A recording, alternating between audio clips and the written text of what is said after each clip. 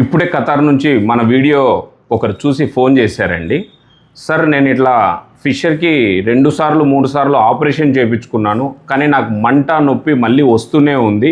మీ దగ్గరకు వచ్చి నేను చూపించుకోవాలనుకుంటున్నాను, మీరు వీడియో బాగా చెప్పారు అని చెప్పారు. కానీ ఒక్క నిమిషం అండి, నా దగ్గరికి రావడం రాకపోవడం అనేది సెకండరీ థింగ్.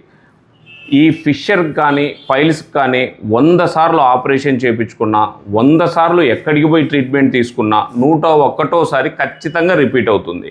ఇక్కడ ట్రీట్మెంట్ అనేది మీ చేతుల్లో ఉంటుంది, డాక్టర్ చేతుల్లో ఉండదు. మీరు తినే ఆహారము, మీ నిద్ర, మీరు తీసుకునే నీళ్లు, మజ్జిగ, వీటిపైనే మీ రిలీఫ్ అనేది ఆధారపడి ఉంటుంది. ఈ విషయంలో మీకు మీరే డాక్టరు, మీరు తీసుకునే ఆహారమే మందు. వీటిని మీరు కరెక్ట్గా పాటిస్తే 100% ఉపయోగం ఉంటుంది. ఇందాక కాల్ చేసిన అతను, సార్ నేను నాన్ వెజ్ తినను, మసాలాలు తినను, ప్యూర్ వెజిటేరియన్ అని చెప్పేసి అన్నారు. కానీ ఎటువంటి ఆహారం తీసుకుంటారు అని నేను క్లియర్గా హిస్టరీ తీసుకుంటే, మధ్యాహ్నం ఏం తీసుకున్నారంటే ఈ పప్పుచారు, మజ్జిగ, రసము తీసుకున్నారట. మార్నింగ్ వచ్చేసి దోశ తీసుకున్నారు. నిన్న నైట్ కూడా అలాంటి ఫుడ్డే తీసుకున్నారు.